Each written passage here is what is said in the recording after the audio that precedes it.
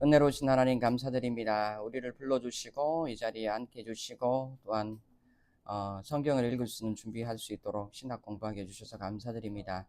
성경 이해의 토대를 가지는 오경 시간입니다. 하나님 성경의 원리를 잘 이해하고 또한 성경을 성경을 제대로 접근하고 해석할 수 있는 훌륭한 지식을 가질 수 있도록 인도해 주셔서 우리가 가르치고 지키는 일에 충성을 다할 수 있도록 인도하여 주옵소서. 감사드리며 예수님 이름으로 기도드립니다. 아멘. 네, 출석은 쉬는 시간에 부르도록 하고요. 오늘은 오경 들어가는데 구약 텍스트에 책 다 받았죠? 안 받았어요? 안 주셨는데. 그럼 끝에 빨리 책을 받아가야지. 책을 아무도 왼쪽에 있고 오른쪽은 여러분 필기하라고 되어 있습니다. 자, 구약 텍스트 이해, 그래서 구약이 어떻게 전수되어 왔는지에 대한 이해를 가지고 그 다음에 오경 개요를 잠깐 하고 그 다음에 창세기부터 들어가게 되겠습니다. 이게 자, 1번 보면 신구약은 계시의 말씀이다. 1페이지 나와 있죠. 계시의 말씀이라고 얘기하는데 계시를 일반적으로 아포칼립시스라고 이야기를 합니다.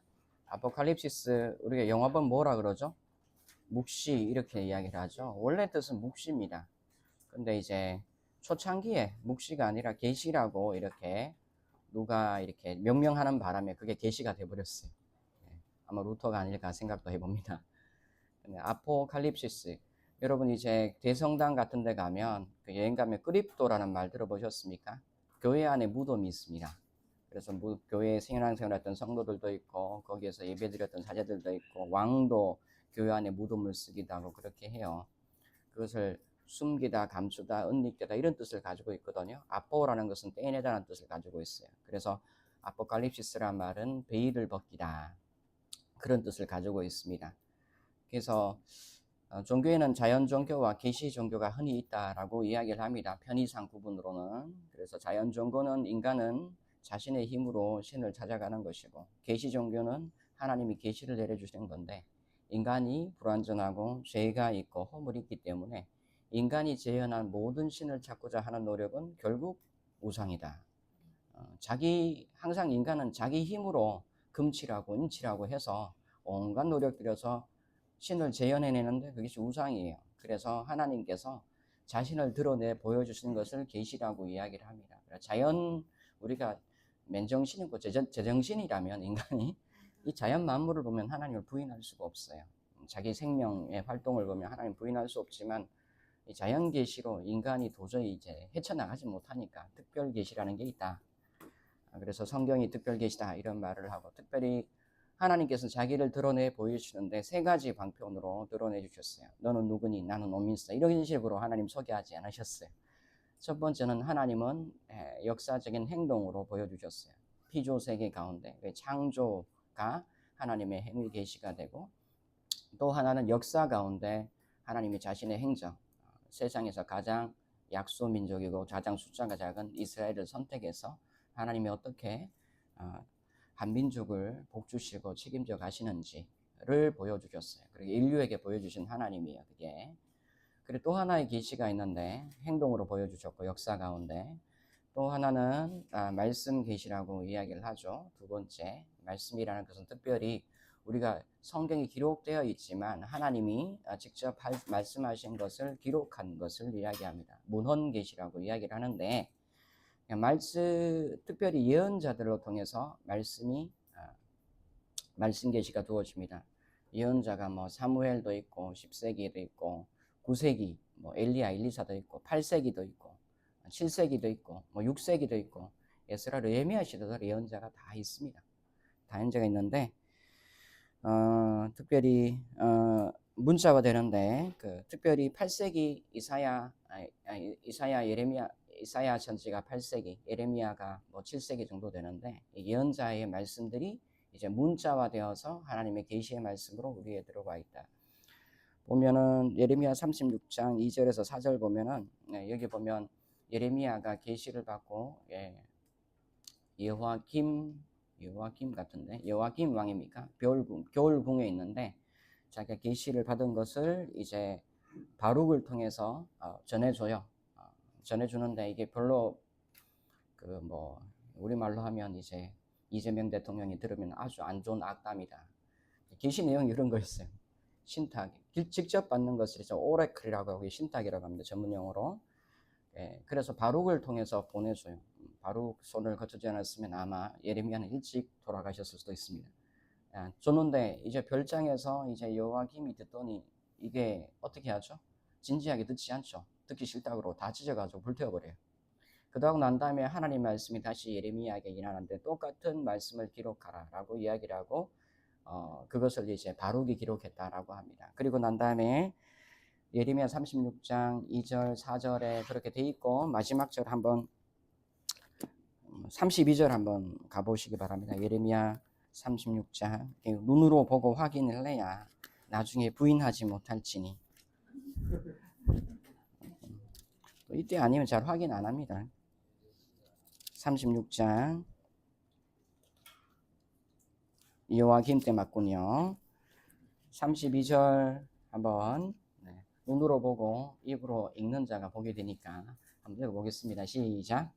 우리가 다른 두 마리를 가져다가 예리야의 아들 서기관 바룩에게 주매 그가 유다의 여호야김 왕이 불사는 책의 모든 말을 예레미야가 전하는 대로 기록하고 그 외에도 그 같은 말을 많이 넣어하였더라. 그래서 이 예레미야의 계시가 문서화되는데 여기는 예레미야의 계시만 들어있어요. 바룩이 추가한 것도 있어요.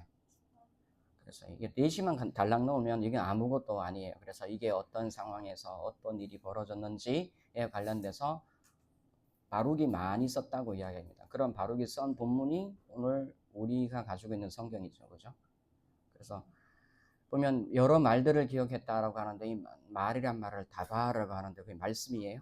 구약에서 대부분 말씀으로 쓰인 적도 있지만 말씀보다 훨씬 많이 쓰이는 게 사건, 에피소드 뭐 이런 것들도 다 다발에 속하는 이야기입니다. 그냥 태초에 말씀이 있었던가라고 하지만 태초에 사건이 있었다라고 말할 수도 있어요. 히브리어 개념으로는. 그처럼 모든 사건들을 정리해서 당시 정리해서 바룩이 써서 예레미야서가 우리한테 있다라고 이렇게 생각을 해봅니다. 대부분의 이제 선지자들은 당시에 주류 사회에 들려지지 않던 메시지예요. 배척당하던 메시지들입니다. 그래서 나중에 그의 제자들이 이 말씀이 진실이구나 하고 모아놔서 다시 전후 사정, 역사 사정을 전후 사정을 밝혀서 후대 사람들에게 이게 진리의 말씀이었다고 증거를 해주는 겁니다. 이렇게 말씀 계시가 있었다. 마지막으로 특별 계시가 있는데 예수 그리스도고 계시의 완성입니다. 진리의 자체가 육신을 입고 오셨고 히브리서 1장 1절에서 2절 한번 읽어보겠습니다. 히브리서 1장 1절에서 2절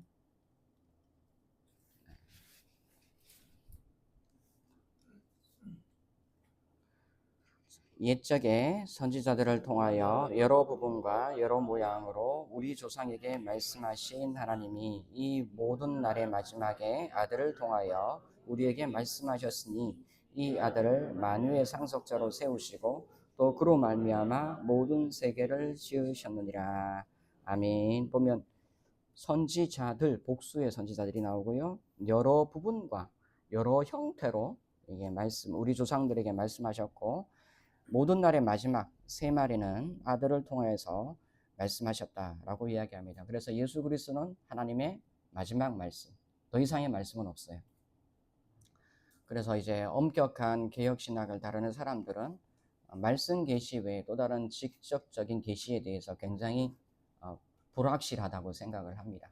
예언을 하고 방언을 하고 이런 형태의 모든 종교에는 다 있어요. 이슬람도 있고 불교도 있어요. 기독교도 있습니다. 우리가 학문의 세계에서 예언을 하고 학문의 세계에서 합리적으로 기술하는 방법으로 우리가 기독교 세계관과 그렇지 않는 세계관이 존재하듯이 이 합리의 세계를 넘어서도 똑같이 존재합니다. 그래서 이게 말씀이 완성되었기 때문에 더 이상의 계시는 없다. 우리를 구원하고 생명의 길에 이르게 하기는 충분하다. 이렇게 생각을 합니다. 하지만 기독교 신앙 고백 공동체 중에는 이제 오순절 계열에서는 말씀 계시가 별로 중요하지 않죠. 말씀이라는 성경보다는, 완성된 성경보다는 나에게 무슨 말씀을 하냐, 이게 중요하다고 생각을 해요. 근데 성령의 역사가 개인적으로 역사를 하지만 개인적으로 활동하지 않아요. 예수님이 또 다른 보혜사를 주셔서 우리에게 말씀하게 하는데 내가 너희에게 말한 것을 기억하고 가르치게 해주는 거죠. 예수님에 따라 행하게 돼 있어요. 예수님의 말씀을 따르면 어떤 걸까요? 공동체와 신앙 고백 공동체와는 전혀 상관없이 나만 옳다고 가지 않습니다. 요즘은 이제 성령이나 직접적인 계시 이야기하면서 사실 자기 개성에 따라 살아가려고 노력하는 게 오늘날 우리 풍토입니다. 포스트 모던의 철학의 세례를 받은 우리의 정서입니다. 그렇게 하지 않으면 나한테 뭔가 확신이 안 생겨, 실존적인. 그래서 오늘날의 종교의 형태가 그렇다. 그래서 요즘은 이제 이렇던 기록된 계시의 말씀을 통해서 가르치고 적용하고 이런 것보다는 개인적으로 말씀을 받고 이렇게 실존적으로 결단하는 이런 움직임들이 세계 가운데 많이 일어나고 있다. 물론 나쁘지는 않습니다. 나쁘지는 않지만 왜 주시는지 한번 생각해 볼 필요가 있다. 그래서 기독교권 내에서는 이제 다른 말씀 계신 말고 다른 거에 대한 엄정주의가 어느 정도 존재한다. 왜 불완전하다고 생각을 하기 때문에, 그리고 말씀 계시가 우리에게 충족하기 때문에 잘 연구하지 아니하고 죽은 말씀으로 생각한다. 사실 하나님이 모든 시대를 통틀어서 다 이야기했는데 하나님 말씀한 거 다 여기 다 들어가 있고, 가만히 읽어보면 우리가 생각해야 될 모든 원리나 이치들이 다 들어가 있어요. 다만 우리가 내가 알고 있다고 착각하는 거죠. 한 번 더 계속해서 성경을 한번 보시기 바라고요. 자, 계시의 말씀이다. 계시에는 신약과 구약, 이제 구약 들어가면 이렇게 돼 있습니다. 우리가 가진 성경 목록에 따르면 오경이 있고, 그 다음에 역사서가 배열되어 있습니다. 역사서가 12권, 여호수아부터 해서 역대상하, 에스라, 느헤미야, 에스더까지 이렇게 역사서가 되어 있고, 그 다음에 시가서라고 하는데 뭐 지혜서라고 이야기도 하고, 욥기, 시편, 잠언, don도서, 아가서까지 이렇게 포함되어 있고, 그 다음에 대선지서, 그 다음에 소선지서 12선지서가 들어가 있습니다. 대선지서는 이사야, 예레미야, 예가가 뭐 뒤에 붙어 있고, 그 다음에 에스겔, 다니엘이 포함되어 있습니다. 자, 이렇게 보면은 말라기 보면 저는 항상 이제 어릴 때 성경을 처음 읽고 깜짝 놀랐어요. 왜? 마태복음 1장 시작하기 전에 구약 마지막 보면 말라기 마지막 구절이 의미심장하거든요. 여러분 이제 말라기 마지막 구절 한번 보시기 봐요. 4장이 보면은 5, 6 이렇게 한번 읽어보면은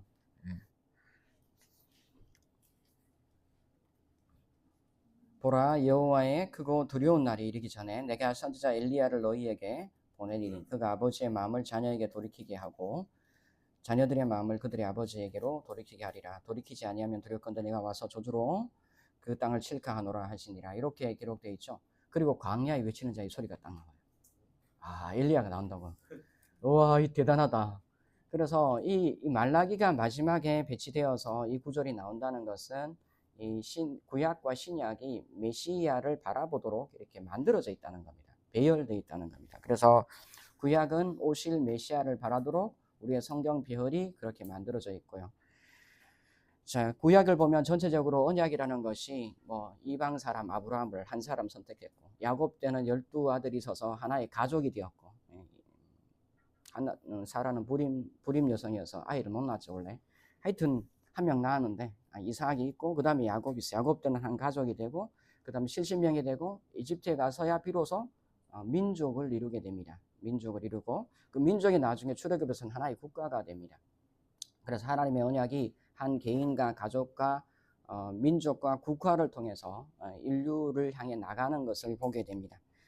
보면 미가서도 있고, 그래서 그 종점이 인류 구원에 방점을 찍고 있다. 구약 자체가. 그래서 말라기 보면 아까 읽었고요.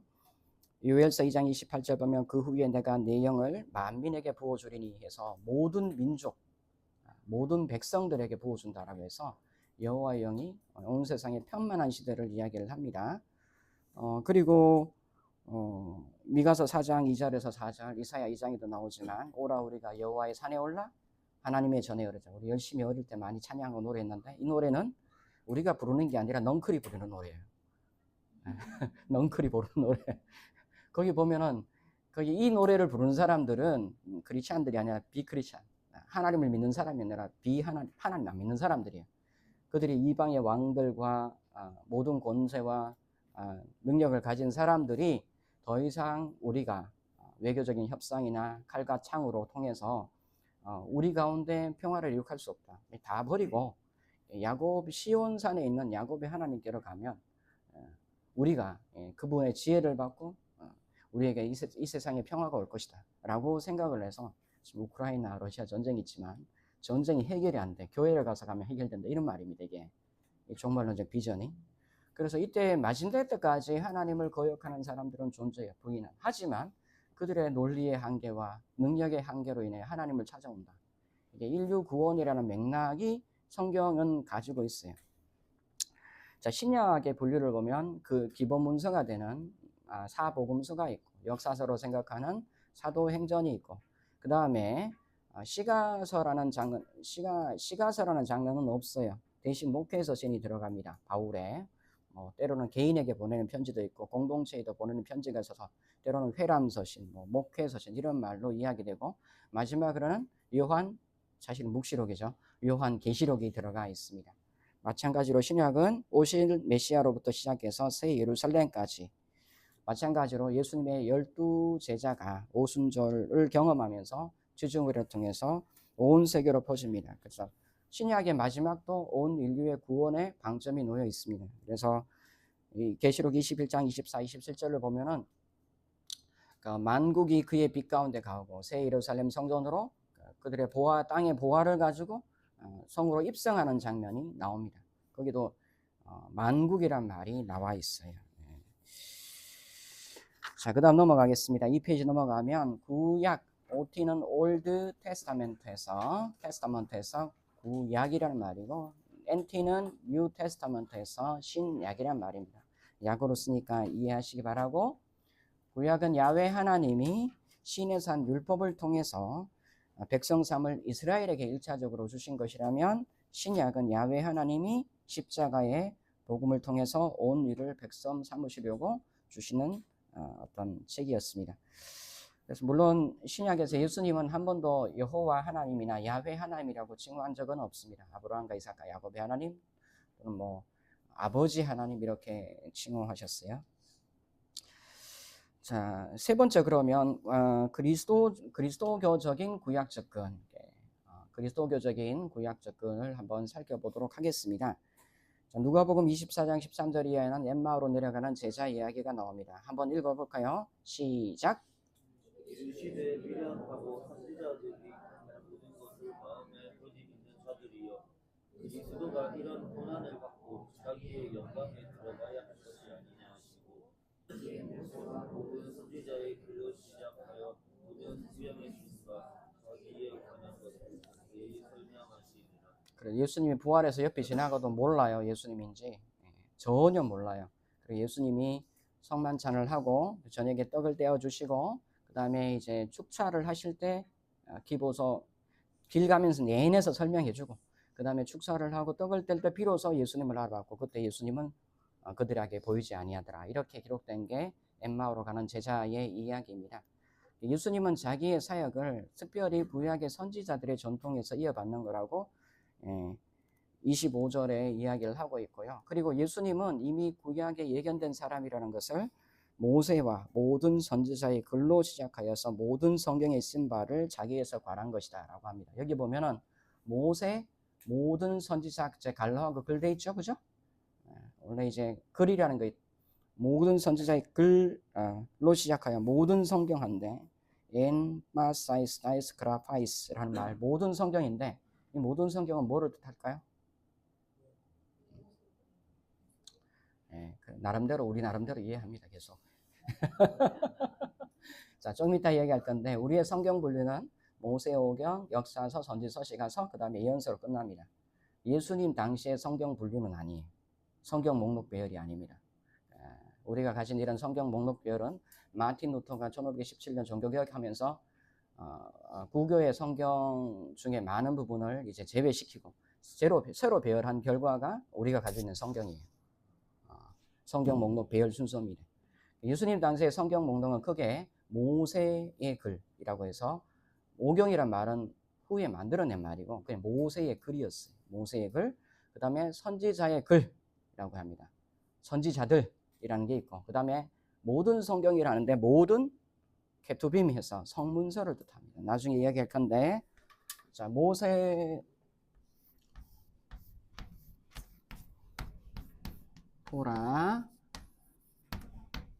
토라고 이걸 모세 오경을 토라라고 하고 모세 아니면 토라라고 이야기를 하고 선지자들은 이렇게 느빔 이렇게 합니다. 느빔 그래서 토라 느빔 앤 그다음에 케투빔 해서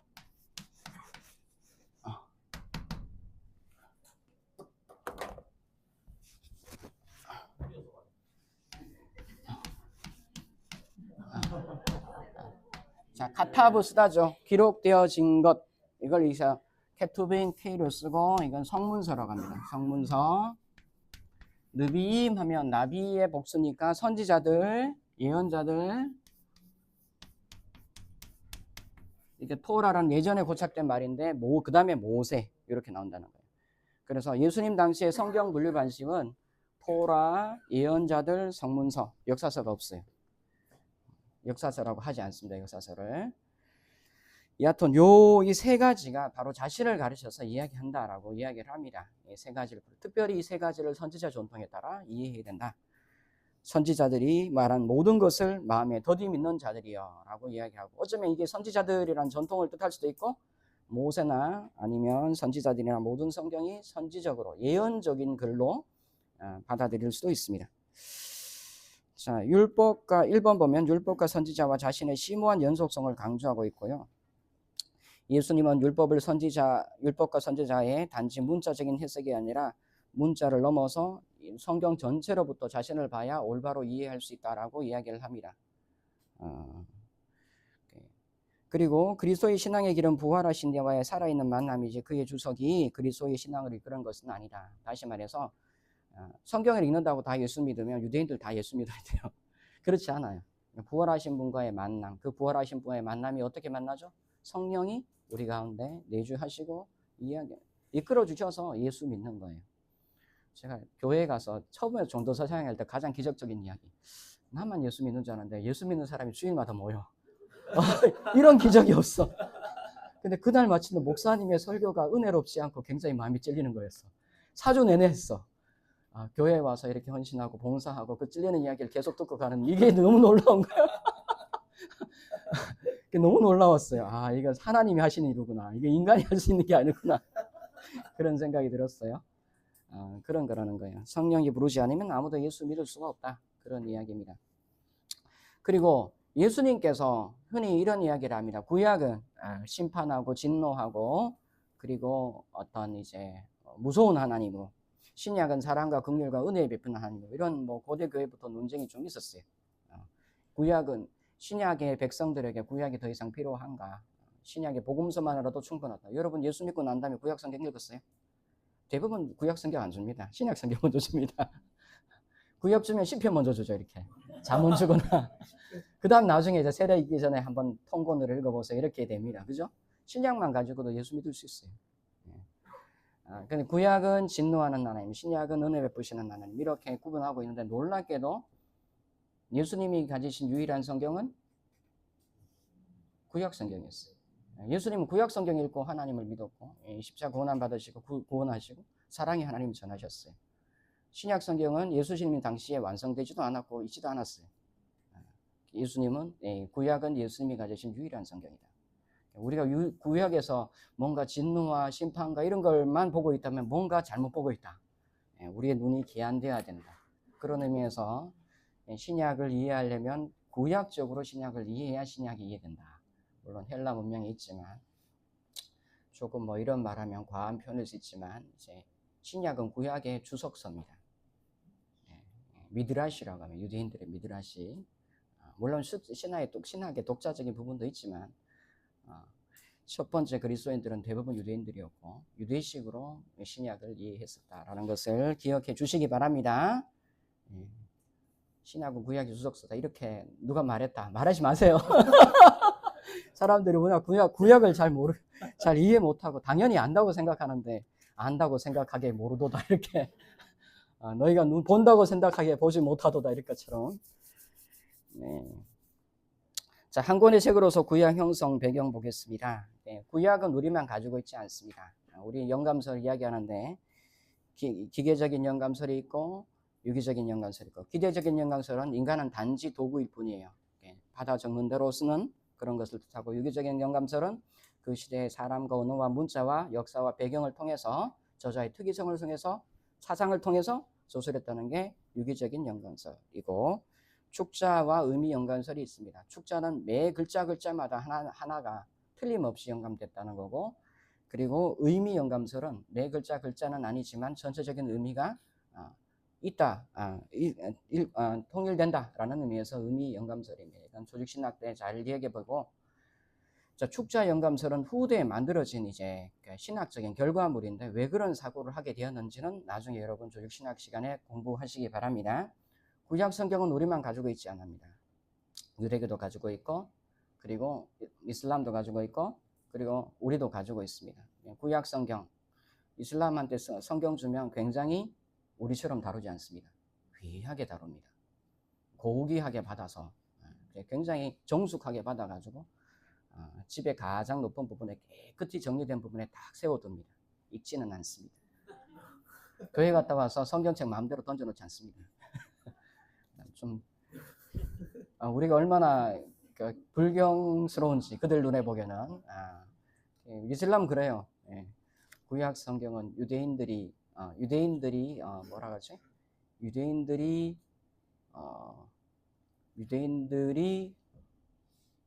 유대인들이 타락시켰고 기독교인들이 오염시켰다 이렇게 이야기합니다. 우리 행실을 보면 충분히 그럴 수 있을 것 같아요. 잘못됐다 이야기하지 말고 우리 행실을 보세요. 자, 명칭 보면 구약이란 말은 반대 개념이 뭐죠? 자, 구라는 말이 좋을까요? 신이란 말이 좋을까요? 그래서 구약과 신약이란 말은 평가적인 의미가 이미 들어가 있어요. 낡고 오래되고 극복돼야 할 것. 신약은 새롭고 혁신적인 것. 이라는 평가절하가 들어가 있어요. 물론 뭐 성경의 역자들이 처음으로 그렇게 신약을 명명할 때 그렇게 명명했는지는 모르겠지만 이것은 어디까지나 신약의 입장에서 구약을 명명한 것밖에 되지 않습니다. 예수님 당시에 그러면 뭐 구약을 통칭하는 명칭은 없었어요. 세 분류로 이렇게 모세나 선지자의 글이나 아니면 모든 성경이라고 하는데 성문서를 뜻하는 말이고 성문서의 대표 주자가 다윗이거든요. 다윗이 왜 시편부터 시작해서 가장 큰 분량을 차지해요. 그래서 다윗의 글이라고 하는데 이 다윗의 글은 다윗의 시편을 이야기할 수 있고 아니면 성문서 전체를 이야기할 수도 있어요. 단시 분류법이었어요. 그럼 예수님 당시에는 성경을 이 세 분류로 하든가 아니면 두 분류로 하는 방법도 있었고요. 성문서가 아직 완전히 번역되지가 않았어요. 헬라어로. 구약 본문은 있지만 번역되지가 않았어요. 그래서 바울은 이야기하기를 라피 가말리엘 후생이라고 생각을 하는데 바울은 이제 라피 교육을 받은 사람인데 항상 성경을 인용할 때 경에 이르기를 이런 말을 많이 합니다. 또는 선지자 몇 장 이렇게 이야기합니다. 이사야야 이르기를 뭐 이런 식으로 이야기를 해요. 신약의 저자들이 그때까지도 구약을 통칭하는 명칭은 없었다. 개별 장절도 없었다라고 생각을 하면 되겠습니다. 자, 그리고 그러면 구약이란 명칭을 어디서 가지고 와서 이제 구약이란 명칭을 만들었을까? 네, 고린도후서 3장 14절에 있습니다. 누가 한번 고린도후서 3장 14절 그 모세의 수건에 관련된 이야기입니다.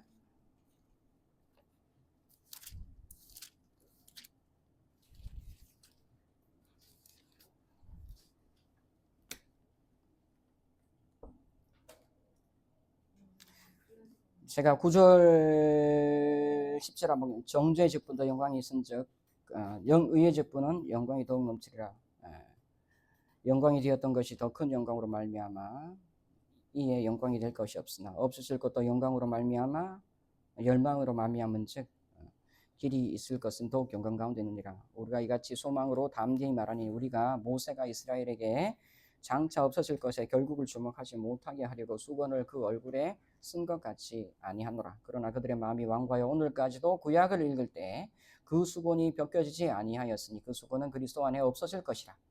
오늘날까지 모세의 글을 읽을 때 수건이 그 마음에 덮여도다 이렇게 돼 있어요.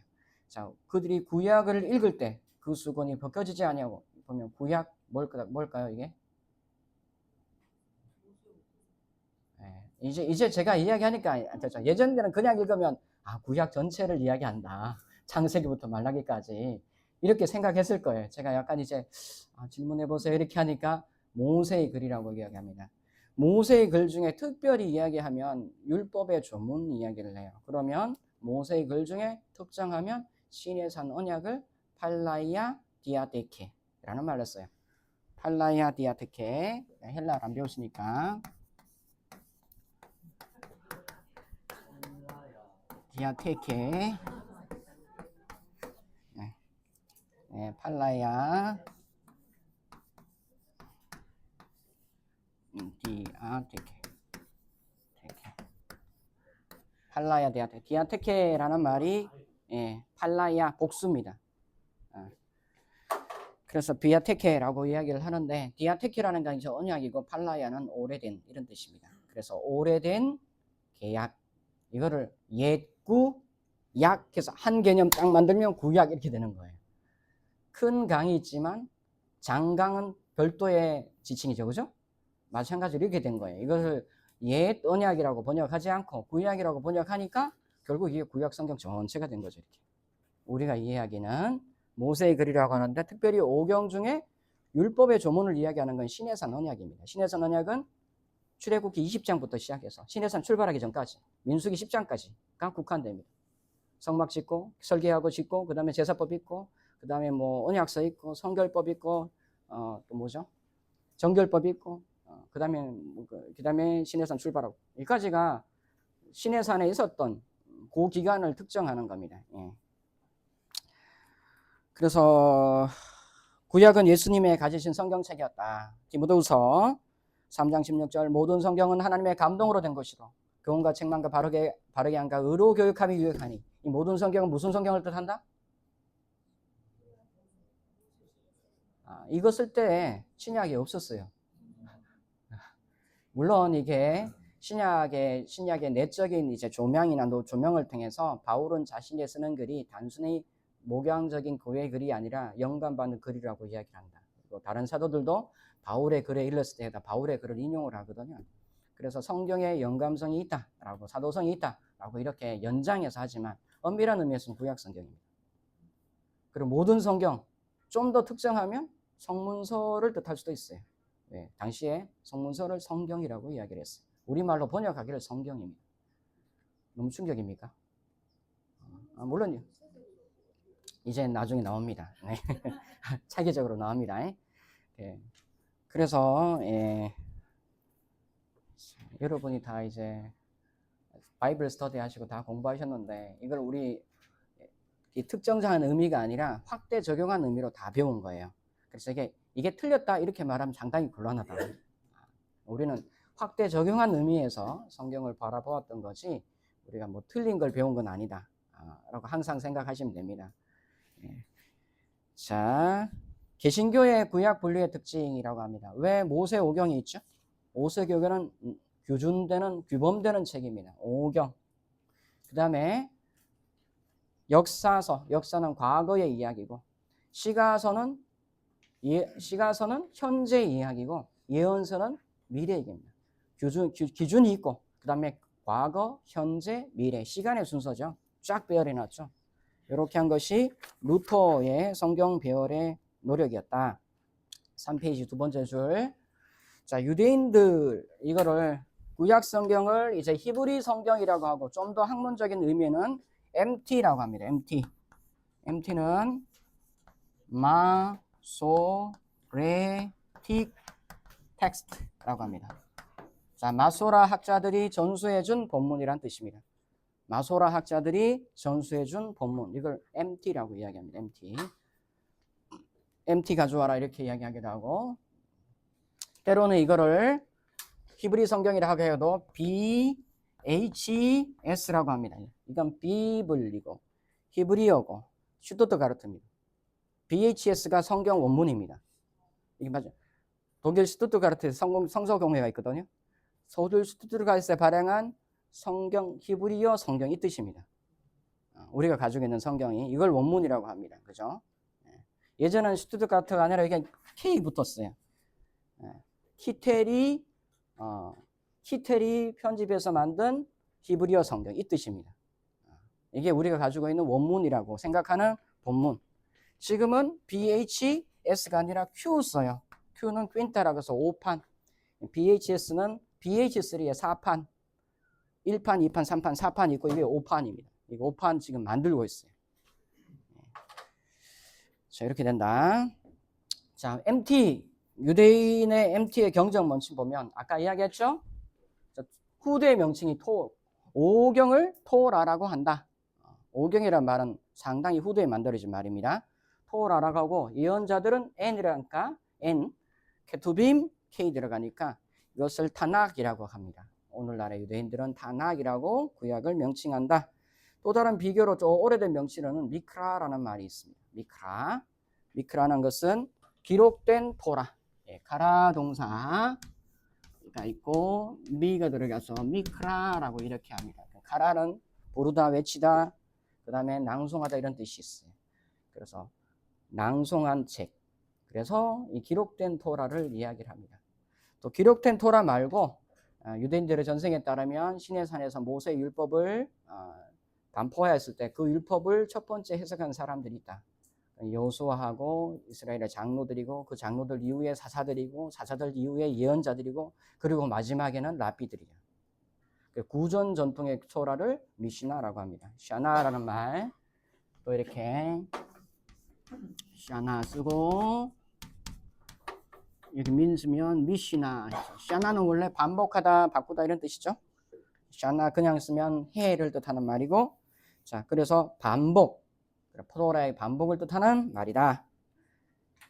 자, 구약의 분량은 신앙 고백 공동체마다 다릅니다. 개수하는 카운팅도 차이가 있습니다. 자, 가장 오래된 증언에 따르면 주후 2세기입니다. 2세기에 따르면 2세기란 것은 100년에서 200년 사이에 카운팅에 따르면 히브리 성경은 22권 또는 24권으로 정리되어 있습니다. 특별히 22권 플라비우스 요세푸스 신약 시간에 열심히 배울 겁니다. 누군지 한번 배우시기 바라고. 제사 에스라라고 있는데 우리 경전에는 들어와 있지 않습니다. 그러나 라틴어 성경이나 동방에서는 일부에서는 제사 에스라서가, 우리는 에스라 르헤미에 있지만 제1, 제2, 제3, 제사 에스라가 있어요. 신약 성경 이후에 형성된 글입니다. 정경으로 받아들인 데가 있어요. 여하튼 여기에 따르면 요세푸스는 22권에서 사사기, 룻기, 예레미야, 얘가 함께 세고 있고 고대 히브리어 성경 목록에서는 사무엘상하, 열왕기, 역대기, 에스라, 르헤미야 한 권으로 12선지서 전체를 각 권으로 개수하고 있다. 12선지서 호세아부터 말라기까지 원래 책명이 없었습니다.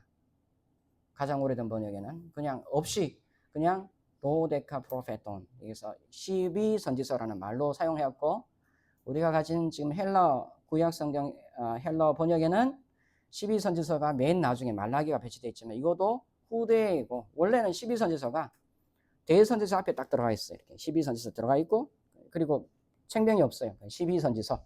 그 다음에 이사야, 예레미야, 에스겔 이렇게 들어와 있다는 겁니다. 자, 개신교의 정경은 히브리어 정경 분량과 일치하는 문서로 39권이었다. 왜 그랬을까요? 오직 성경이 권위이기 때문에 교회 전통과 성경으로부터 신앙의 근거가 나오는 게 아니라, 유리한 권위가 있는 게 아니라 성경이 최종적인 권위를 가지고 있기 때문에 성경의 문서를 확정했어요. 마틴 루터가. 구약 같은 경우는 히브리어 문자로 남아있는 22권 아니면 24권의 책인데 이거를 하나로 만드느냐 두 개로 만드느냐 좀 차이가 있고, 신약에는 여러 문헌이 있지만 신약은 27권의 헬라어 책만 있어요. 훨씬 더 많은 책이 있습니다. 하지만 그 중에 27권만 정경으로 받아들입니다. 정경이란 말은 영어로 뭐라 그러죠? 캐논. 네. 캐논이란 말이죠. 캐논이란 말은 여러분이 알고 있을 때 자나 척도나 기준을 뜻하는 말입니다. 원래 캐논은 라틴어가 아니에요. 그리스어도 아니고 이집트어입니다. 이집트어. 출애굽기 가면 한 번 사용됩니다. 카네라는 말, 갈대라는 뜻이에요. 갈대. 갈대 이렇게 한다는 게 아니라 이마트한 나무에 두껍하고 파피루스 만드는 거. 그걸 가지고 자를 사용해서 옛날 이집트 사람들은 이게 잣대라라고 이야기하는 거예요. 나머지 책이 필요 없는 게 아니라 나머지 책은 우리 신앙생활을 위해서 필요하겠지만 기준이 되지는 그것을 기준으로 삼지는 않는다. 이런 뜻입니다. 그게. 자, 그래서 이제 그 밖에 개신교의 정경은 히브리 정경 분량에 일치한 문서로 39권이고 물론 배열은 다릅니다. 그 밖에 고교회에서는 LXX는 70인경이라고 합니다. LXX 라틴어로 70을 뜻하는 말이에요. 이게. 그리고 이거를 풀었으면 septuaginta 영어로 읽으면 septuaginta 이렇게 읽죠. septuaginta입니다. 왜 septuaginta가 70을 뜻하는 말이에요. 그래서 70인경 똑같은 말이라고 생각하면 됩니다. 그죠? 그 다음에 또 하나 나오는데 라틴어 성경을 불가타라고 하는데 또 영어로 읽으면 벌게이트라고 합니다. 이 떼고 이렇게 붙입니다. 벌게이트. 그래서 똑같은 말입니다. 이건 라틴어 성경. 70인경은 원래 주전 300년부터 300에서 200년 사이에 오경이 먼저 번역이 되었고 그 다음에 200년에서 한 100년 사이에 예언서가 번역되고 그러니까 100년 이후로 되면 성문서가 번역돼요. 예수님 당시에 시편이 장절 배열이 아직 확정이 안 됐어요. 그때만 해도. 그렇다고 생각을 하면 됩니다.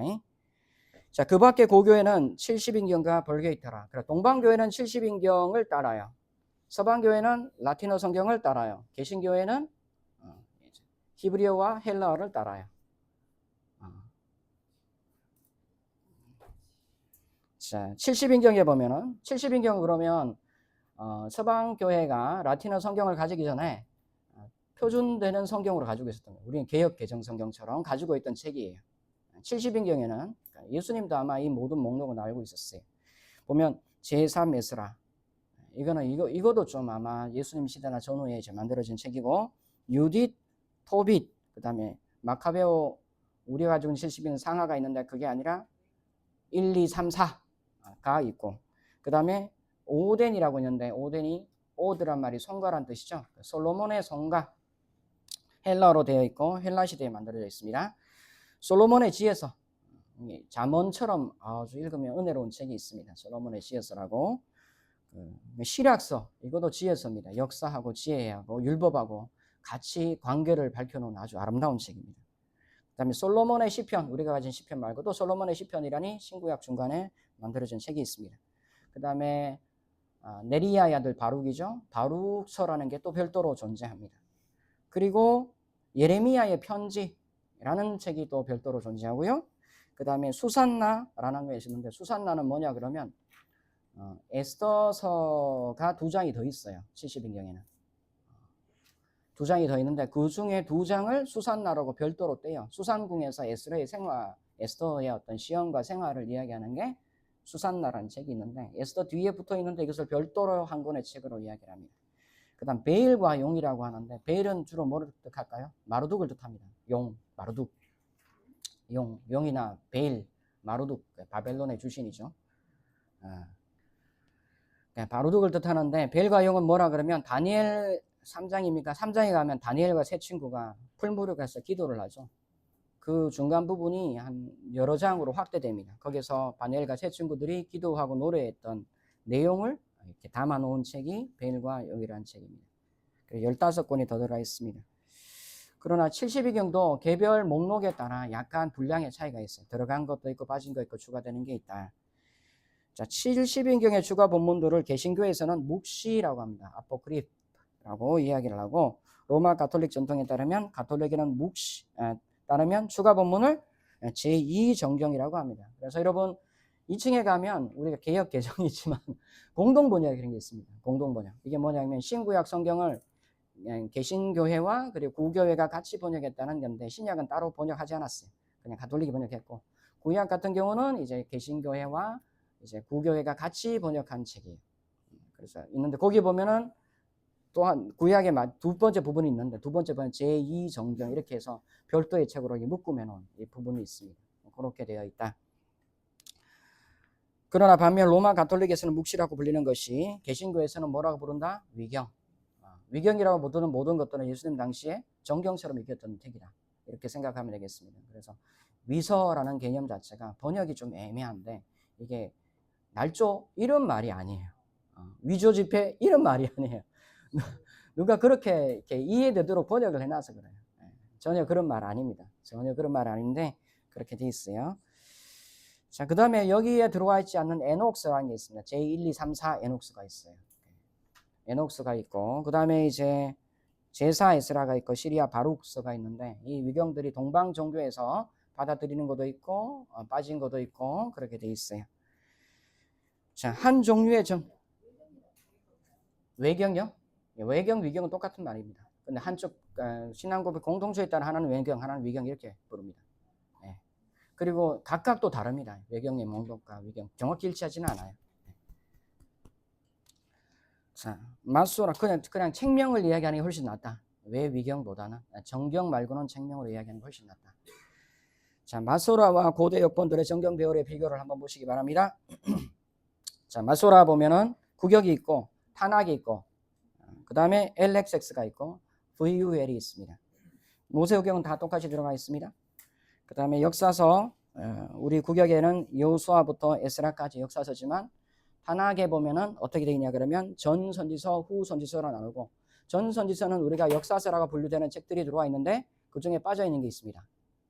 역대기 상하, 에스라, 느헤미야, 에스더 이것은 역사서라고 정기 예언서라고 취급하지 않습니다. 이것은 성문서로 분류돼요. 성문서로 역사서가 아니고 그다음 후 예언서 보면은 후 선지서 보면은 이사야, 예레미야, 에스겔 있고 12소 선지서가 있습니다. 12소 선지서 있고 사실 이제 마소라의 12소 선지서 이제 개별 명칭은 히브리 성경 인쇄된 성경에서 만들어 놓은 게 아니라 70년 성경을 보고 히브리어 성경이 후대 편집한 겁니다.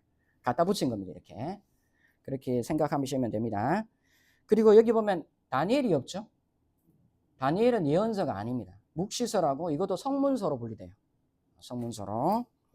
자, 성문서 보면은 시편, 욥기, 잠언, 룻, 아가, 전도서, 에스라, 느헤미야, 다니엘.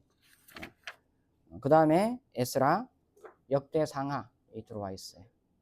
그 다음에 보면은 그 종교개혁 이후에 탈무드 시대에 가면은 메길로트라고 해서 메길라라는 것이 두루마리란 책이거든요. 복수하면 메길로트가 되는데 이건 축제서라고 합니다. 오축이라 그래서 여호와의 절기 플러스 그들의 절기에 읽어야 될 책 해서 룻기는 77절, 아가서는 6월절, 전도서는 초막절, 에가는 성전 파괴, 에스더는 부림절 이렇게 각각 읽게 되어 있습니다. 부림절이 대략 우리 성탄절하고 비슷한 일정이 거의 겹칩니다. 그렇게 되어 있고 자, 70인경 보면은 우리가 가지고 있는 게 성경이 고스란히 들어와 있고 뭐가 들어가 있죠? 토빗, 유딧, 에스라, 그 다음에 에스더가 있고 에스더 부록 그래서 에스더 부록이라는 게 3페이지 LXX 들어와 있고 자, 그 다음에 시가서 보면 욥기, 시편, 잠언, 전도서, 아가 있고 솔로몬의 잠언 그 다음에 시락서가 들어와 있습니다. 시락서가 그리고 4페이지 보면 대선지서에 보면은 드디어 예레미야가 있는데 예레미야 에가가 70인계는 예언서로 분류되어 있어요. 예레미야 에가가 탄학에는 예레미야 그것도 성문서로 들어와요. 예언서가 아니라 예레미야 에가가 성문서로 들어와요. 예언서가 아니에요. 그 다음에 대선지서 70인경에 보면 5페이지에 예레미야의 편지가 있고 바룩이 있고 에스겔이 있고 수산나가 있고 다니엘이 있는데 13에서 14장이 추가되더라. 그 다음에 소서진서 12소서진서 있는데 사실은 이게 소서진서가 대선지보다 앞서 붙어 있는 게 70인경이다. 그 다음에 이제 라틴어 성경을 보면 자 역사서를 한번 보시기 바랍니다. 제가 원래 색깔로 되어 있는데 보면은 우리가 가진 거 다 있고 70인경에 없는 게 또 추가되어 있어요. 제3 에스라, 제4 에스라가 들어가 있어요. 그 다음에 여기 보면 에스라가 들어와 있고 에스라 부록이 들어가 있고, 벌게이트에는 마카베오 상하가 역사서로 들어가지 않고 뒤에 보면 예언서로 들어갑니다. 선지서로. 4페이지 넘어가면 선지서 보면 바룩을 선지서로 들어가고, 다니엘서 13, 14 들어가 있고, 소선지서 12선지서 마카베오 상하가 선지서로 들어가 있어요. 역사로 분류되지 않습니다. 자, 보면 여러분 이제 이 목록의 차이는 신앙 고백 공동체의 주안점의 차이였다는 것을 알 수 있어요. 두 번째, 성경 목록에서 토라란 뜻은 원래 율법이라고 시종일관 거의 번역돼요. 한글에서. 율법이 아닙니다. 원래는 뜻이. 훈계라는 뜻이에요. 훈계. 하나님이 직접 전달해주는 훈계라는 뜻인데, 뭐 현장 매뉴얼 이런 말이에요.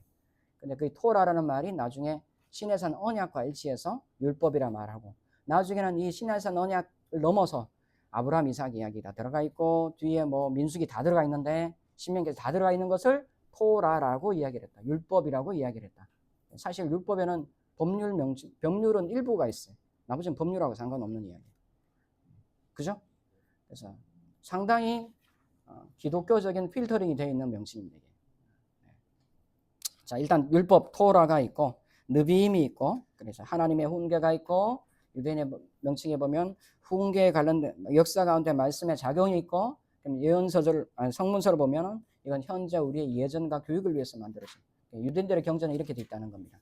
반면 개신교의 경전은 토라가 앞에 있긴 하지만 규범이라고 이야기합니다. 규범, 훈계가 아니라 규범이라고 이야기하고, 규범의 과거, 현재, 미래. 그래서 메시아를 바라보도록 편성되어 있다. 자, 그리스도교 정경 목록이 70인경이 알렉산드리아에서 번역됩니다. 알렉산드리아 유대교에서 번역되는데,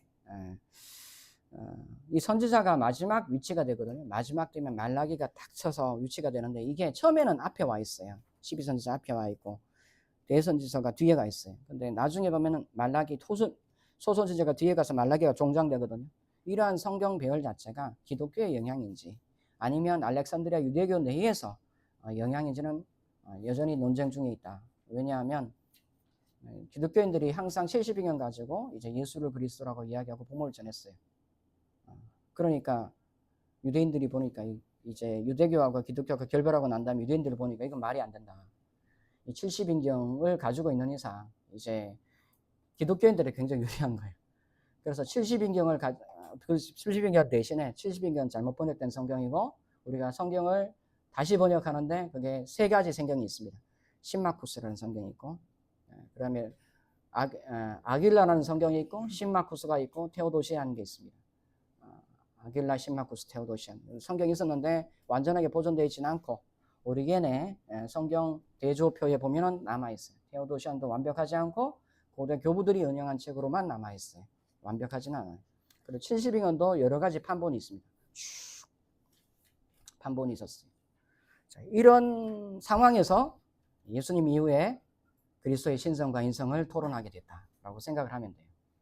그래서 라틴어 성경은 4, 5세기, 400년에서 500년 사이에 번역되거든요. 이미 당시 모든 사람은, 교양 있는 사람은 영어를 사용해요. 지금은 교양 있는 사람은 다 헬라어를 사용해요. 근데 왜 서민적인 라틴어로 번역을 하려고 했을까? 히에로니무스가 라는 사람이 번역을 했는데, 교황의 위탁을 받아서 번역을 했어요. 이 위탁에 반대해서 번역 작업을 반대한 사람이 어거스틴이 반대했어요. 왜 하나님은 지금도 예언자의 영으로 설교자를 통해서 이야기했는데 왜 성경 번역이 필요하냐? 그때까지만 해도 제2 중심, 어떤 예배 중심의 경건이 자리 잡고 성경에 대한 어떤 바이블 스터디 형식 이런 건 잘 없었다는 이야기입니다. 세례 교육을 위한 교리 교육만 있었을 뿐이고 예배가 있었어요. 이제 이렇게 번역한 배경 중에 하나가 헬라어 성경을 가지고 있지만 동방과 서방이 달라요. 그리고 카피할 때마다 조금씩 다른 해석이 들어가요. 한 95%는 일치하지만 나머지 5%가 문제가 돼. 그래가지고 그러면 이 성경이 통일돼야 우리가 동일한 지반 위에서 이야기할 수 있겠다 해서 히에로니무스가 헬라어 성경을 라틴어로 번역하고 히브리어 성경을 라틴어로 번역했어요. 히브리어 성경은 히에로니무스가 히브리어를 1도 모른다. 아직 하면 힘들고 문법 정도는 알아요. 우리 기초 문법 정도는. 어떻게 했냐 그러면 본인이 시리아에서 이제 10년인가 활동할 때가 있었어요. 비숍은 아니지만 교황청의 명령을 받아서 그때 자기가 친했던 이제 랍비가 있습니다. 당시 랍비들이 읽던 구약 성경, 히브리어 성경을 토대로 이제 히브리어 성경을 라틴어로 번역했다. 마틴 루터도 마찬가지예요. 마틴 루터표 성적표 여러분 이제 어디냐 가면 여러분 볼 수 있습니다. 어디죠? 할레 대학 가면 마틴 루터 성적표 나와 있습니다. 자, 이렇게 500년 개 보기 잘 보관되어 있어요. 루터가 굉장히 뛰어난 학생임에도 불구하고 헬라어는 너무 잘했는데 심지어 마틴 루터가 성경을 번역할 때 헬라어를 독일어로 번역할 때 요한계시록은 라틴어밖에 없었어요. 그래서 라틴어를 헬라어로 다시 번역했어. 나중에 헬라어 사본이 발견됐는데 굉장한 일치가 있더라. 이렇게 됐어요. 마틴 루터 히브리어 잘 못했어요. 그렇게 뛰어난 번역 누가 번역해줬나? 멜랑이톤이 번역해줬어요. 자기 조교수, 자기 동료이자 교수이자 제자였고 석이었던 멜랑이톤이 도와줬어요. 그래서 성경이 오늘날 우리에게 있는 겁니다. 무슨 이야기가 내려야 됐죠? 개방경 종교를 이야기합니다. 일반적인 교과서에서 이야기를 합니다. AD 90년 얌니아 회의에서 구약 성경 목록이 39권 확정됐다. 이렇게 이야기를 하고 그 확정이 오늘날 우리가 가지고 있는 정경 목록이다. 개신교회가 이렇게 이야기를 합니다. 이거 누가 말하냐면 1800년도에 뮌헨에 유대인 학자가 있습니다. 그레츠라는 사람이 이 이야기를 했어요. 근데 그레츠의 이 이야기는 원래 팩트 플러스 해설이 많이 보태진 그런 이야기였다. 실제로 얌니아 회의는 뭐냐 그러면 AD 70년 되면 성전 제1차 파괴, AD 133년에서 135년 되면 성전 제2차 파괴가 있습니다. 유대 전쟁에 의해서 나중에 신구약 정권사에 배울 겁니다. 70년에 파괴되었어요. 사내들인 공회가 입법, 사법, 행정권 다 거지는 동네인데 이제 예루살렘이 있을 수가 없어. 그래서 사내들인 공회에 이제 피난기가 시작됩니다. 그래서 가이사라 빌립보에 갔다가 이쪽에 갔다가 옮겨가는데 마지막 그 다음 거점이 이제 얌니아 또는 야분에 갈릴리 호수 근처입니다. 하여튼 그 야분에 있었어요. 거기에 사내들인 공회를 꾸리고 있었는데 주요 내용은 뭐냐 그러면 성경 목록을 확정하는 게 아니라 논쟁이 있었어요. 왜 우리한테 아가나 전도서 같은 책 이런 책이 왜 우리 히브리 문자로 정경에 들어와 있나? 이게 왜 정경에 들어왔나? 이게 논쟁을 했어요. 나머지 모든 문제는 이제 더 이상 유대인 하나님의 율법을 따른 사람이 이 세상을 지배하는 것이 아니라 이방인의 세속 통치권자들이 우리를 지배하고 있고 세금 내라 그러고 행동 규율을 법제화해서 강요하고 있어요. 그렇지 않으면 우리가 피해를 당하도록. 그럼 이 피해적인 상황 속에서 우리는 하나님의 율법에 따라 어떻게 살아가는 것이 어떻게 해야 되는지 삶의 매뉴얼에 대해서 토론한 내용이 AD 90년이 나와요. 그럼 AD 90년에 유대인의 성경 정경 목록이 확정된 게 아니라 일부에 대해서 논의된 거예요. 논의된 거고 실제로는 요세푸스의 정경 목록을 이야기하는 주후 2세기죠. 2세기, 100년에서 200년 사이 되어야 구약의 히브리인들의 정경 목록이 확정된다. 라고 생각을 하면 것이 좋다라는 것입니다. 자, 그리고 정경이란 말이 기준이란 말을 썼습니다. 우리는 이제 정경이란 말하고 항상 연결돼서 상경하는 게 1.1획도 틀림이 없다. 항상 같이 설교 시간을 들었어요. 그래서 정경하고 요거는 이렇게 맞는 걸로 생각하는데 사실 정경이란 말이 기준이란 뜻입니다. 그리고 정경을 번역할 때는 정경이라는 용어가 사용될 때는 각주 4번 보면 신앙고백 공동체마다 정경이 조금 차이가 있습니다. 정경의 기능은 뭐냐 그러면 이제 따로 별도의 공동체의 규범을 정해야 됩니다. 규율. 공동체를 규율하는 것. 그리고 이 규율에 따라 후세대를 양성하는 것. 학교 운영. 나머지 예배를 위한 예전. 이 세 가지 필요에 의해서 정경이 확정됩니다. 나머지 문서도 있어요. 하지만 이 세 가지에 의해서 정경이 확정되었다. 자, 5페이지 넘어가겠습니다. 자, 잘 가고 있습니다. 자, 그 다음에 위경 또는 외경의 목록인데 이거는 이제 벌게이트에 따라 70인기는 조금 차이가 있습니다. 들어갔다 나갔다 하는 것이 있지만 대체적으로 5페이지 상단 왼쪽에 보면 이렇게 돼 있죠. 아리스테아 편지. 이게 70인경이 어떻게 만들어졌는지 지어서입니다. 이거 바울의 편지처럼 이게 지어서인데 알렉산드리아에 있는 사람입니다.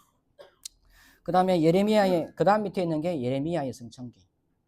그리고 우리가 유다서에서 인용되죠. 모세가 죽었을 때 미가엘 와서 사단하고 이렇게 얘 천국 가야 되나 아니면 사단이 들어가야 되나 이런 이야기 하는 거. 그게 모세의 순학기인데 우리 일반적으로 모세의 선전기라고 합니다. 그 다음에 바룩의 묵시록, 그 다음에 시리아 바룩, 그 다음에 그리스어 바룩, 그 다음에 예레미야의 편지, 에스라의 묵시록, 그럼 제3 에스라, 제4 에스라, 그럼 에녹서가 있는데 에디오피아 에녹서, 그걸 에녹 1서라 하고, 슬라브어 에녹서, 이걸 에녹 2서라 하고, 그 다음에 히브리어 에녹서, 에녹 3서라고 이야기를 합니다. 에녹 4서도 있습니다. 가운데 보면은 유빌레움이라 해서 이거는 희년서라고 합니다. 희년서라는 게 있고, 제3 마카베어, 제4 마카베어, 그 다음에 GBMAN, 게벳 마나세에서 문하세의 기도라는 책이 있고요. 그 다음에 이사야의 순교기가 있고, 솔로몬의 오덴에서 솔로몬의 송가가 있고, 그 다음에 솔로몬의 시편이 있고, 그 다음 밑에 보면 테스타멘툼 살로모니스에서, 자, 테스타멘트가 우리말로는 언약이라고 생각하지만 그 로마에서 가장 보편적으로 사용한 뜻은 유언입니다. 유언이란 뜻이 테스타멘tum이에요. 유언장을 뜻합니다. 그래서 솔로몬의 유언이라는 글이 있습니다. 그 다음에 시빌리라는 책이 또 있고요. 그 다음에 테스트 X 짝짝 했죠. 10입니다. 12족장의 유언이라는 게 있습니다. 12족장 유언 보면은 이제 루벤, 오른쪽 올라가면 시몬, 레위, 유다, 이사갈, 스불론, 단, 납달리, 아셀, 요셉, 베냐민. 그다음 오른쪽 맨 아래 보면 빗대 프레페타룸 해서 예언자들의 생애라는 별도의 글이 있는데 주후 시대의 글입니다. 글인데 이 글은 헤르메스의 목자와 함께 신약 성경 시대 교리 논쟁을 하거나 성경을 풀어할 때 가장 많이 인용되는 책 중에 하나입니다. 자, 그 다음에 가운데 맨 아래 보면 파라리 뽀메나 예레미야 해서 예레미야의 남은 사적 이란 책도 있습니다. 그 다음에 왼쪽에 맨 아래 보면 신약은 다 다루지 않았는데 일부 이제 신구약 중간에 걸려있는 책들이 도마복음, 유다복음, 그 다음에 야고보의 원복음이라는 책들이 있다. 자, 히브리 성경의 본문과 언어 보겠습니다. 히브리 성경의 5번 보면 코덱스 L이라고 되어 있죠. L은 레닌그라덴시스라고 합니다. 레닌그라덴시스.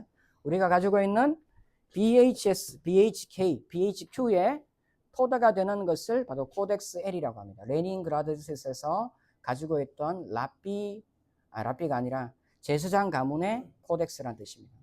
예전에는 예수님 당시에는 성경이 묶음이 다 되어 있지 않습니다. 이사야 두루마리 있지만 이사야 두루마리 있고 어쩌면 낙권 카피본들이 있고 정권이 이렇게 묶음되어 있지 않았어요. 정권이 묶음되어 있는 것을 코덱스라고 이야기한다. 완전하게 보관된 게 코덱스 L밖에 없어요. 코덱스 L밖에. 이게 1008년, 1009년, 어떤 학자에 따른 1007년이라고 합니다. 여기는 모음 표기가 되어 있는 코덱스였습니다. 자, 이걸 가지고 우리는 이제 구약 히브리 성경을 재현해서 가지고 있고, 나중에 BHS 이런 사전에 가서 사면 이렇게 본문이 하나 있고, 여기 밑에 보면 가란 난해주가 있어요. 이게 마소라, 대주, 여기 있는 게 마소라, 소주 이렇게 돼 있어요. 본문이 이렇게 올라가고, 여기 보면 마소라 학자들이 자기가 가지고 사본에 따라 이독을 표현한 것이 가득 들어가 있어요. 그리고 또 현대에 우리가 있는 BH 시리즈 보면은 여기 보면 시리아역이나 70인경은 이것은 어떻게 이해하고 번역하더라 이런 해석적인 어떤 지침표들이 들어가 있어요. BH 시리즈. 그렇다. 이게 1008년, 1009년 있는 게 구약 성경에 완전히 가지고 있는 코덱스가 발견되었고, 쿰란에서는 히브리어, 아람어, 그리스어 본문 파편이 발견됐는데 그 연대를 보면 주전 200년에서 AD 70년 제1차 유대 전쟁까지 생각해 볼 수가 있다. 쿰란의 파편 문서들 중 많은 경우 이제 마소라 M 본문이라고 합니다. 마소라 아시리아 정방향 문자로 된 본문들이 중세 사본과 상당한 일치가 있더라. 물론 코덱스 L 말고도 다른 성경이 있어요. 다. 히브리 사본들이 있는데 중세 사본들과 상당한 일치가 있더라. 그래서 볼 때 중세 마소라 학자들의 엄청난 주의를 기울인 것을 우리가 발견할 수가 있다. 하지만 또 사본상의 변이들이 발견되고 있더라. 자, 히브리어 고대 번역들은 이러한 사본상의 변이를 이미 부분적으로 알고 있었습니다. 3, 4세기에 이르러서야 비로소 개별적인 책들을 한 권으로 묶어주게 되었어요. 창세기면 창세기가 한 권이 되었다. 이런 말입니다. 개별적인 책들이. 이후에 사본에 중요하게 다루시는 본문이 탈굼이라고 해서 히브리어를 말하고 그것을 아람어로 번역한 걸 탈굼이라고 하고, 탈굼도 여러 종류가 있습니다. 바벨로니아 탈굼, 팔레스타인 탈굼, 이렇게 두 종류가 있습니다. 그다음 페시타라고 해서 시리아, 처음에 기독교인들이 제일 맡은 데는 시리아입니다. 시리아 번역이 된 성경 페시타라는 게 있고요. 그 다음에 라틴어 성경인 불가타가 있는데, 불가타가 있기 전에 이제 이달라라든가 베투스 라티나라든가 이런 초기 번역이 있었는데 소실대가 없어요 지금. 그래서 그런 것들이 있었다. 6번 보면 구약 성경은 히브리어로 기록됐다고 생각하지만 실제로 아람어로 된 본문도 있다. 뭐 창세기 보면 여갈사 하두다, 갈리엣, 아람 방언하고 히브리어 방법으로 해주고, 예레미야 10장 11절 보면 우리말로는 이제 한글로 되어 있지만 실제로는 히브리어가 아니라 아람어로 되어 있는 본문이다. 당시 사람들이 아람어를 이해했거나 알고 있었거나 알고 있는 사람에게 전달되었다라고 생각해 볼 수 있고, 에스라 4장에서 6장, 그 다음에 에스라 7장, 그 다음에 다니엘 2장에서 7장, 다니엘은 대부분 아람어로 되어 있다 라고 이야기를 합니다. 자, 우리가 가지고 있는 성경을 히브리어 성경이라고 하죠, 그죠? 히브리어라고 이야기하죠. 우리 히브리어 초급 문구 배웠죠? 그죠? 근데 히브리어 문자를 뭐라 그러면 아시리아 정방형 문자. 여기 들었습니까? 아시리아 정방형 문자고, 아시리아 정방형 문자라고 이야기한 것은 주후 시대 랍비가 우리가 가진 문자는 아시리아 정방형 문자입니다. 그때 당시 아시리아는 사라지고 없다. 아시리아라는 것은 메소포타미아 지역에 사용하던 정방형 문자라고 하는데, 이 아시리아 정방형 문자는 히브리어가 아니라 사실은 아람어입니다. 아람어고, 원래 우리가 배우는 고서체 히브리어라고 해서 비문대 쓰는 히브리어가 있어요. 그 히브리어는 다윗과 솔로몬 시대나 아니면 에스라 느헤미야 시대도 쓰였어요. 그런 고서체 히브리어는 실제로 쓰였던 히브리어고, 그래서 그걸 고서체라고 하고, 우리가 가지고 있는 성경 히브리어를 성경이 기록된 히브리어라고 해서 성경 히브리어라고 하고, 마틴 루터 시대는 사마리아 오경이 없었어요. 사마리아 공동체라는 오경이 없었어요. 많이 루터가 알았을 수도 있어요. 하지만 루터 시대 이후에 사마리아 오경이라는 것이 여러 이제 제도로 주목을 받고 사용하게 되는데, 지금 가진 오경과 순서와 배열이 조금 차이가 있어요. 장절도 차이가 있고, 장이 이쪽으로 왔다 갔다 한 것도 그래요. 사마리아 오경은 아시리아 정방형 문자로 기록된 게 아니라 뭐로 기록됐나? 고서체 히브리어 전통을 개정된 고서체 히브리어를 계속 사용하고 있어요. 사마리아 오경. 그래서 아시리아 정방형 문자는 실제로 아람어 문자고, 아람어 문자가 고대 근동에 편만하게 공용어로 사용될 때는 페르시아 시대였습니다. 페르시아 시대에 사용하던 놀라운 페르시아 사람들입니다. 내가 중국 전공했는데 한국어를 표준어로 사용하지 않고 중국어를 표준어로 사용해요. 대단한 사람들입니다. 페르시아 사람들. 그래서 페르시아 시대 공용어가 아람어였다. 그렇게 생각하면 됩니다. 지금 이제 모세 오경이라고 명명을 하지만 유대인들은 생각하기를 에스라를 모세라고 이야기를 합니다. 왜? 제1성전이 불탈 때 토라 두루마리가 불탔는데 에스라가 다시 도와와서 이스라엘 공동체를 새롭게 하고 율법을 반포했는데, 자기가 구전된 토다를 모두 문자화해서 기록해서 우리에게 전해줬다. 그래서 에스라를 모세라고 합니다. 우리는 통상 에스라를 모세라 하지 않고 제2모세라 합니다. 자, 그렇게 이제 성경 형성에 관련된 이야기가 정리된다. 자, 그리고 마지막 사족이 있습니다. 자, 오늘날 장구부는 성경시대 저자로부터 유리하지 않는다. 자, 장구부는 13세기 캔터버리 대주교였던 스테븐 랭톤이 처음으로 했습니다. 원래는 이제 프랑스에 살고 있었던 사람이었어요. 프랑스 파리 대학의 교수였나? 그러다가 캔터버리 대주교로 임명을 받아요. 그래서 13세기 캔터버리 대주교 스테븐 랭톤이고, 다시 말하면 마틴 루터 시대는 절이 없었고 장만 존재한 그런 책이었고, 절구부는 1551년에서 53년, 1517년이 종교개혁 기점이라고 생각합니다. 종교개혁 이후에 절구분이 생겨났다.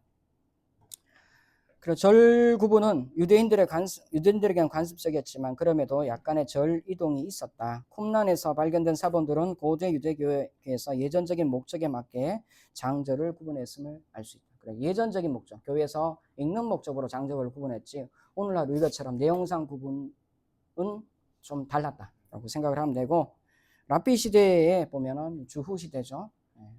구분을 할 때 절이라고 생각하는 파라시라는 게 있고, 성경 읽다 보면 이런 게 있습니다. 히브리 성경 읽다 보면 이게 페라고 돼 있는 게 있어요. 싸맥 써놓은 게 있고 딱딱했고 딱딱했고 이렇게 돼 있어요. 파라시라고 하는데 이걸 절을 하나의 단락이 끝났다, 절을 이야기하는 거예요. 근데 파라시가 우리가 생각하는 1절에 이렇게 나오지 않아요. 우리가 생각하는 것보다 더 멀리 나올 때도 있고 더 가까이 나올 때도 있고. 이건 세데르라고 하는데 약어인데 질서라는 뜻입니다. 분류, 질서, 정리. 세데르란 말은 장을 뜻하는 비슷한 개념으로 가지고 있었다. 자, 그리고 이제 장 내부에는, 절 내부에는 액센트에 따라 의미 구분을 한 경우가 있다, 이렇게 이야기합니다. 자, 여기까지 하고, 자, 상당히 제가 압축적으로 빨리 왔습니다. 이게 왜 하나 싶지만 오경을 접근하고 이해하는데 필수적입니다. 자, 저희가 5분 쉬고 다시 시작하도록 하겠습니다. 감사합니다.